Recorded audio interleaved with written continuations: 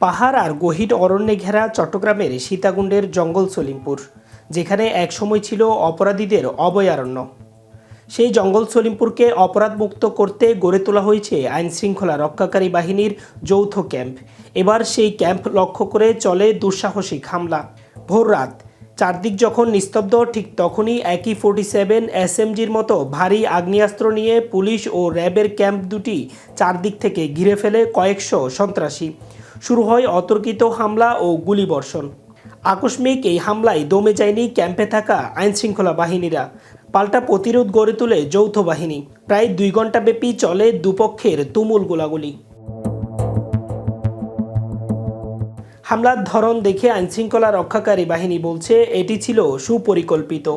শুধুই কেবল গুলি চালানোই নয়, বরং ভারী বোল্ডোজার এনে গুড়িয়ে দেওয়া হয় ক্যাম্পের দেয়াল, যেখানে বাইরে থেকে কোনো শক্তিবৃদ্ধি বা কুচকাওয়াজ দল সহজেই পৌঁছাতে না পারে।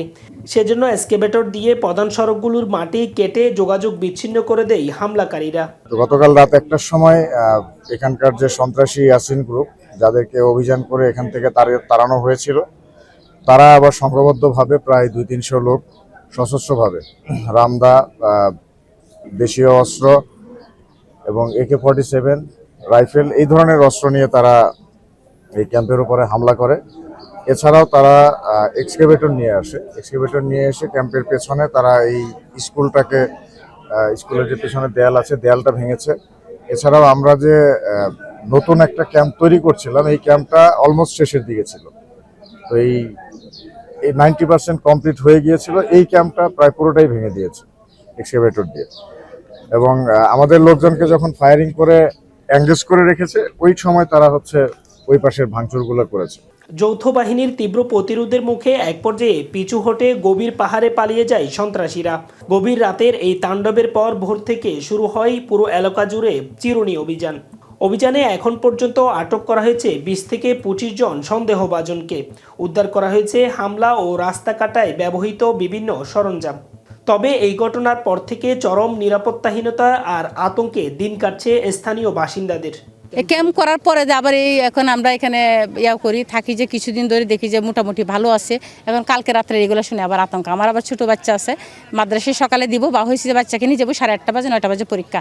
এর মধ্যে দেখতেছি যে প্যাক পানি দিয়ে লাল গেটের মুখের মধ্যে একদম প্যাক পানি দিয়ে ভর্তি করে ফেলছে, মানে যাওয়ার উপযুক্ত ছিল না। আবার নাকি শুনতেছি যে এখানে নাকি কালবিরিটা ছিল, এগুলো ভেঙে ফেলছে। আবার এই প্রশাসনের ক্যাম্পের মধ্যে নাকি হামলা করছে, পাল্টা করছে, গুলি টুলি করছে। ওরাও বের হয়েছে, ওরাও এরকম করছে, পাল্টা আঘাত করছে আর কি।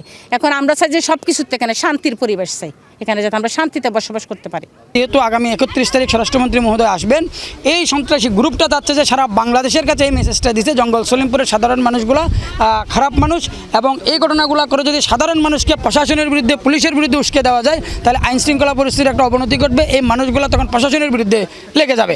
এটা হচ্ছে তাদের মূল উদ্দেশ্য। দেখলাম যে প্রায় 4-5টা ব্রিজ ওনারা এই ব্রিজের এভাবে ওনারা মাটি কেটে সম্পূর্ণ প্রতিবন্ধকতা সৃষ্টি করেছে। অত্যন্ত দুঃখের বিষয়, প্রশাসন এত দারুণ অভিযানের পরেও একজন শীর্ষ সন্ত্রাসীকেও গ্রেপ্তার করতে পারেন নাই। সন্ত্রাসীরা বিভিন্নভাবে এখানে আক্রমণ করে। ওরা আসলে এখানে ওদের স্বার্থটাই দেখে, এখানে জনগণের স্বার্থই দেখে না। খবর পেয়ে রাতেই ঘটনাস্থল পরিদর্শন করেন আইনশৃঙ্খলা রক্ষাকারী বাহিনীর ঊর্ধ্বতন কর্মকর্তারা।